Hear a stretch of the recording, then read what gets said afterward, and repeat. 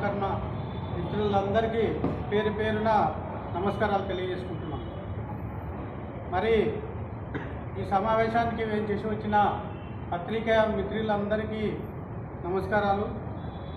ఈరోజు చాలా కాలంగా గత 70 సంవత్సరాల నుండి వివాదంలో ఉన్న ఇక్కడున్న వివాదం జరుగుతున్న ఆలయ నిర్మాణం గురించి,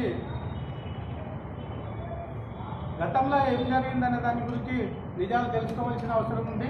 ఈరోజు ఇక్కడ నడిబొడ్డున ఈ మోడర్న్ స్కూల్ ఎదురుగా మన నడిబొడ్డున ఈ స్థలం విషయంలో చాలామంది అక్రమార్గులు చాలా రకాలుగా చాలా రాజకీయ పార్టీలు విలువలు ఇక్కడ వివాదానికి జరుగుతుంది. మరి అక్కడ గతము ఏ విధంగా ఉందన్న దాని గురించి ఈరోజు మీ అందరికీ పత్రిక ముఖంగా ఈరోజు భక్తులకు మరి మన మహబూబ్నగర్ వాళ్ళందరూ కూడా తెలుసుకోవాల్సిన అవసరం ఎంతైనా ఉంది. గతంలో ఇది సాధుల మఠంగా పిలువబడ్డది. ఇక్కడ ఉన్నది సాధుల మఠంగా పిలువబడ్డది. మరి సాధులు ఇక్కడ ఉండి అందరూ కూడా మరి ఆధ్యాత్మికంగా ఆలోచన చేసి అందరూ కూడా ఇక్కడ సాధుల మఠం అందరికీ మన జ్ఞానం గురించి మరి విషయం గురించి మనం ఏం చేస్తే బాగుంటుందని ధ్యానం చేసుకునికే ఇక్కడ ధ్యాన మందిరం ఏర్పాటు చేసుకున్నట్లు గతంలో సాధుల మఠంగా 67 నుండి ఇక్కడ సాధుల మఠంలోనే ఉన్నది. ఇక్కడ మరి కాచిపండే కలెక్టర్ గారు వచ్చినప్పుడు ఇక్కడ ఈ సాధుల మఠం దాని విషయంలో చర్చనీయంగా మారింది. కొంతమంది అక్రమార్కులు ఇక్కడ మరి ఇది కబ్జా పెట్టాలన్న ఉద్దేశంతోన మరి ఈ సాధులను వెళ్ళగొట్టాలన్న ఉద్దేశంతో వాళ్ళకు కాంప్లైంట్ చేయడం జరిగింది. గతంలో అక్కడ ఎల్లమ్మ గుడి కూడా అదే రోజు, ఇక్కడ ఈ సాధుల మఠం నుండి కూడా అదే రోజు వివాదం స్టార్ట్ అయింది. మరి అప్పుడు క్రమేణా సాధుల మఠంనే వాళ్ళు బ్రహ్మంగారిని పూజించేవాళ్ళు. సాధులంతా కాలకంగా తత్వాలు చెప్పుకుంటూ మరి బ్రహ్మంగారిని పూజించేవాళ్ళు. మరి ఆ క్రమేణా ఇది సాధుల మఠం సద్గురు మఠంగా మారి బ్రహ్మంగారిని సాధులే ఇక్కడ కొలవడం జరిగింది. ఇక్కడ పక్కలో ఉంటుంది. వాళ్ళు విగ్రహాన్ని తోచుకొని ఇక్కడనే కాలజ్ఞాన తత్వాలు, భవిష్యత్ గురించి, వర్తమానం గురించి మాట్లాడేవారు. మరి ఈరోజు అప్పుడే సూర్యలక్ష్మి కాటన్ మిల్ వారు 63, 64లో స్థాపించారు కాటన్ మిల్ను. మరి వాళ్ళందరూ కూడా ఆధ్యాత్మికంగా కాటన్ మిల్ వాళ్ళు ఏం చేసిందంటే ఇక్కడ వెంకటేశ్వర స్వామిని టెంపుల్ కట్టాలి, ఇక్కడ ఎత్తు ప్రాంతం ఉంది కాబట్టి వెంకటేశ్వర స్వామి టెంపుల్ కట్టాలని ఆర్కే అగ్రవాల్ అని రవీంద్ర అగ్రవాల్ సూర్యలక్ష్మి కాటన్ మిల్ వాళ్ళు ఇక్కడ వాళ్ళు ఆలోచన చేసి ఇక్కడ టెంపుల్ కట్టాలని ఉద్దేశంతో వచ్చి ఇక్కడ చూసారు, స్థలం సేకరించడం జరిగింది.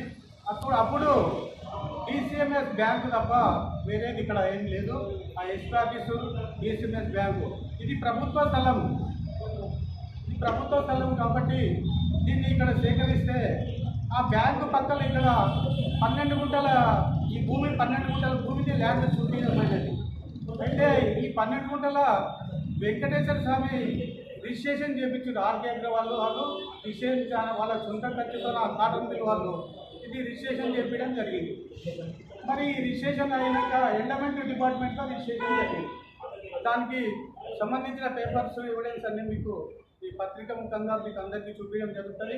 మరి ఎందుకంటే అప్పుడు రిజిస్ట్రేషన్ 70 ఏళ్ళ అన్ని స్థలం సేకరించి అప్పుడు రిజిస్ట్రేషన్ చేయడం జరిగింది.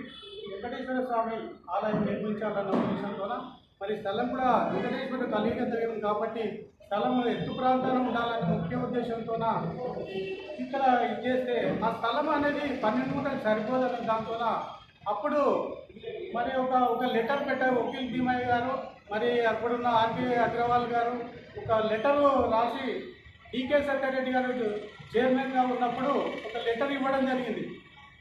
ఇక్కడ స్థలము మేము టెంపుల్ కట్టడానికే స్థలం సరిపోతలేదు కాబట్టి అప్పుడున్న బాడీ ఆ లెటర్ తీసుకుపోయి డికే సెక్రటరీ గారికి ఇస్తే అప్పుడు చర్చనీయంగా 500 గజాలు మాత్రమే ఇవ్వడానికి వాళ్ళు సముఖంగా ఆలోచన చేసి చెప్పారు.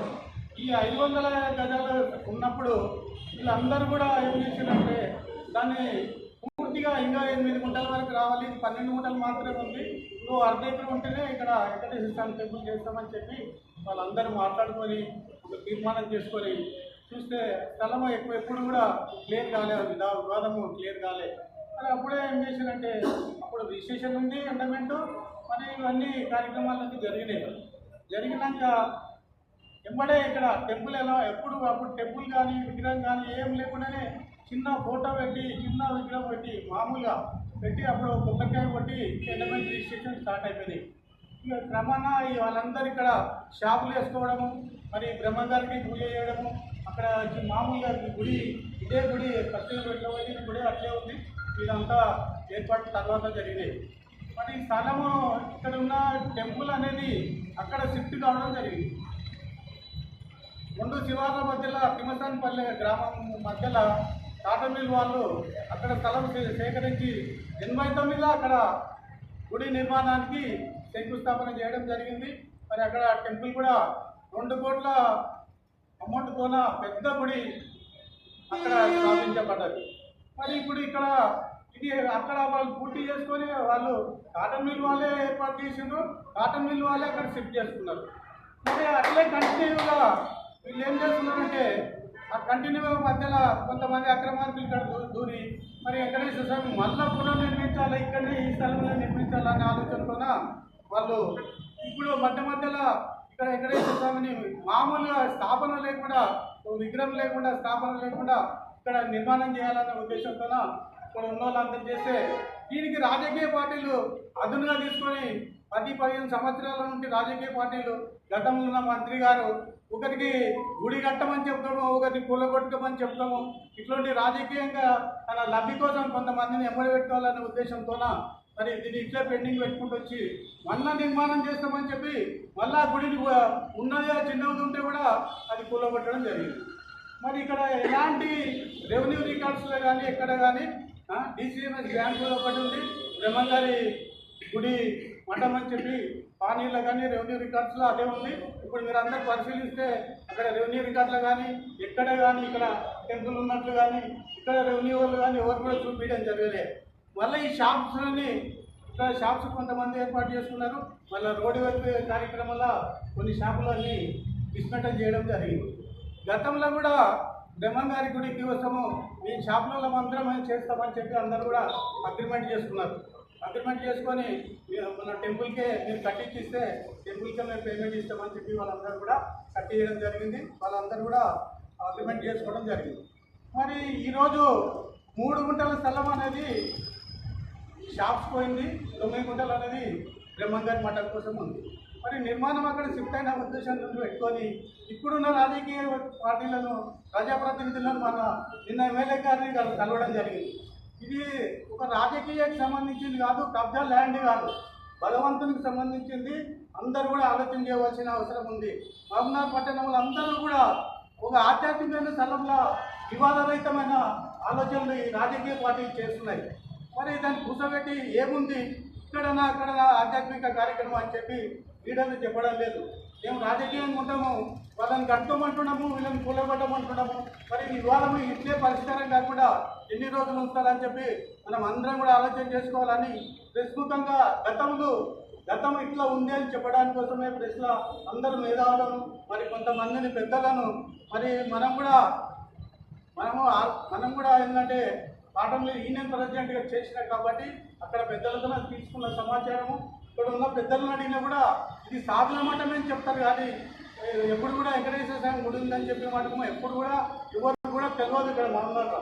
ఈ మధ్యలో ఈ 10-15 సంవత్సరంలో రాజకీయ చైతన్యం తీసుకొచ్చి కొంతమందిని అక్రమార్కులను ప్రయోగించి రకరకాలుగా ఇబ్బందులు పెట్టి ఈ గుడిని ఇక్కడ బ్రహ్మంగారు అన్ని మతాలకు అన్ని కులాలకు సంబంధించిన వ్యక్తి. ఆ రోజే రాజకీయంగా కూడా ఇప్పుడున్న నాయకులు కుల మతాల గురించి వీళ్ళ గురించి చెప్తున్నారు. ఆ రోజు కూడా అన్ని మతాలు సమానమని చెప్పిన మాటలు చెప్పిన బ్రహ్మంగారు. మరి ఈరోజు ఏ రూపకంగా చూసినా కూడా ఆధ్యాత్మికమైన స్థలం ఇది. మరి దాన్ని వివాద స్థలంగా చిత్రీకరిస్తున్నారు. కాబట్టి మనం అందరం కూడా ఆలోచన చేసుకొని చర్చనీయంగా ఈరోజు ఎంపీ గారిని కానీ విశ్వ హిందూ పరిషత్ వాళ్ళని కానీ ఎస్పీ గారిని లా అండ్ ఆర్డర్ ప్రాబ్లం కాబట్టి ఎస్పీ గారిని కలవడం జరిగింది. మరి ఇక్కడ మనం అందరం కూడా ఈ ప్రెస్ ముఖ్యంగా కూడా మీరు అందరూ కూడా వాస్తవాలను సపరేట్ గ్రహించి ఒక్కొక్కరి దగ్గర తీసుకోండి. గతంలో ఒక 70-80 ఏళ్ళు మనం అడిగితే చరిత్ర చెప్తారు.